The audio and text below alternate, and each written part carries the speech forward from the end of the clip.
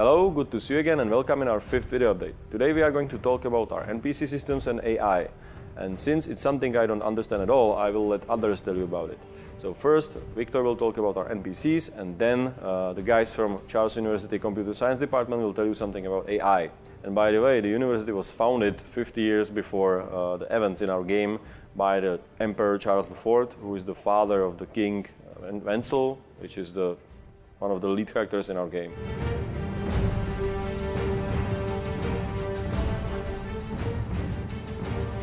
Hi. What we want to achieve here is to create a world that is living. Every NPC has some function in this world. Every NPC has some job, some hobbies, some interests.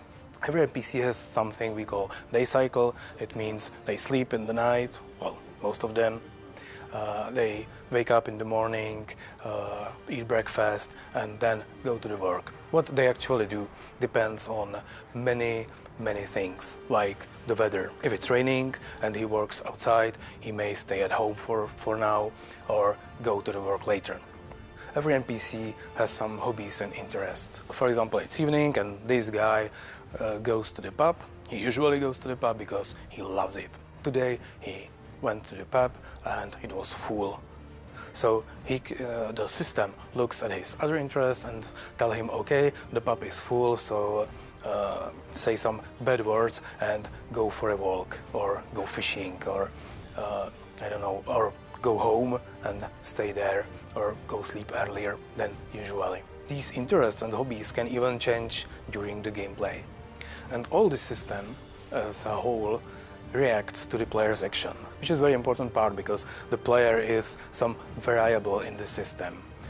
Every NPC does some stuff that is prescripted to some extent, and they react to situations. And the player is some wild card in the middle of this that can do almost anything. He can start to kill people.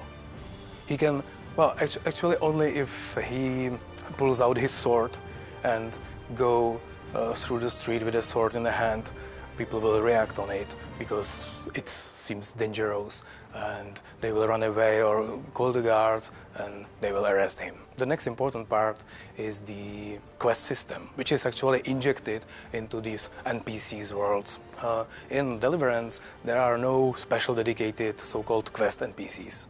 It means that if you, for example, have some quest to bring to the blacksmith some leather, the blacksmith is not standing on the street waiting for the letter with the question marks over his head. He will actually do his job. If it's the night, he will go sleep. And if you want to deliver the letter, you need to wait for the morning or wake him up. Of course, you won't be very happy because he was woken up in the middle of the night, and all this actually affects the gameplay and the relationship NPCs have toward the player. Now I'm going to introduce Tomáš, who is brain of our AI team, and he will tell you some more technical details. The Warhorse AI team consists of people who are actually from research and game development research and AI research at the Charles University. Me and my team started to work together with Warhorse 2 years ago, and we wanted to create an AI that is actually alive or very living in a living world. We created our engine from scratch, so it's a completely new AI engine on top of CryEngine. We wanted to use the behavioral trees as our main component. And then we added some communications, so our NPCs actually can talk to each other, can send messages or can send messages to the environment. As we progressed, we also added features like the player is actually an NPC to us, so the AI system can interact with the player or can use the player as an NPC.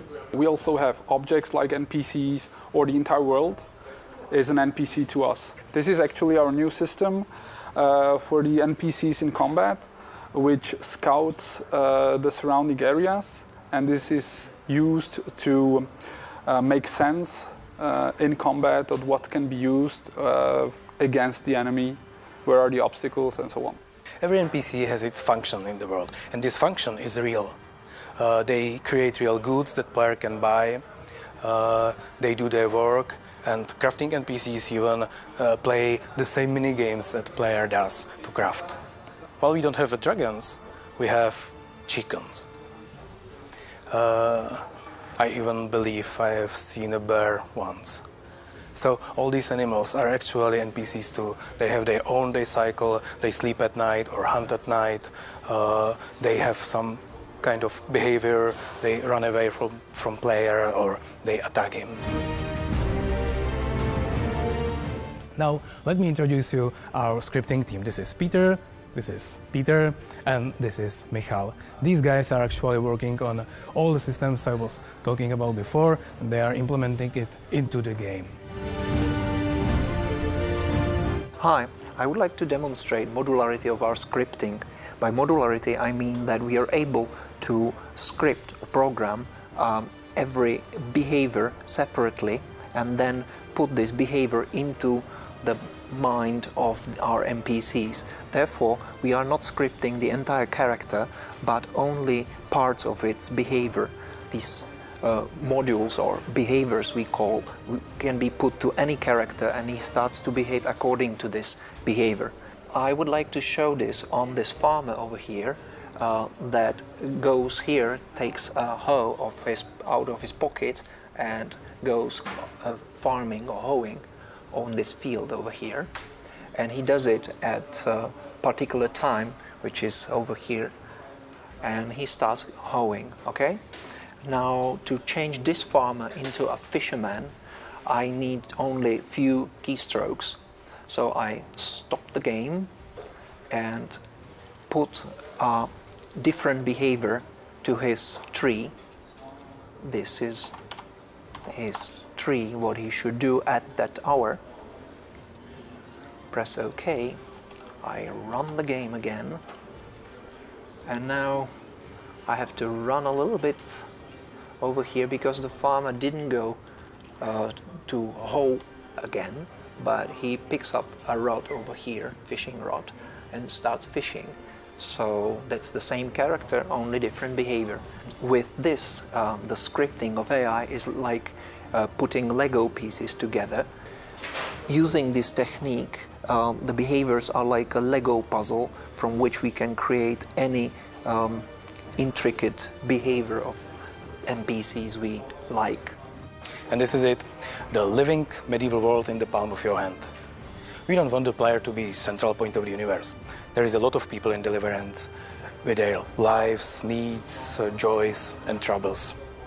And they are waiting for you. Thank you for watching, I hope you like what you saw. And next time prepare for something special because we are going to show you a playable build, the same one we showed to the publishers. It's going to be at least 30 minutes and it might even be a live stream video, so stay tuned.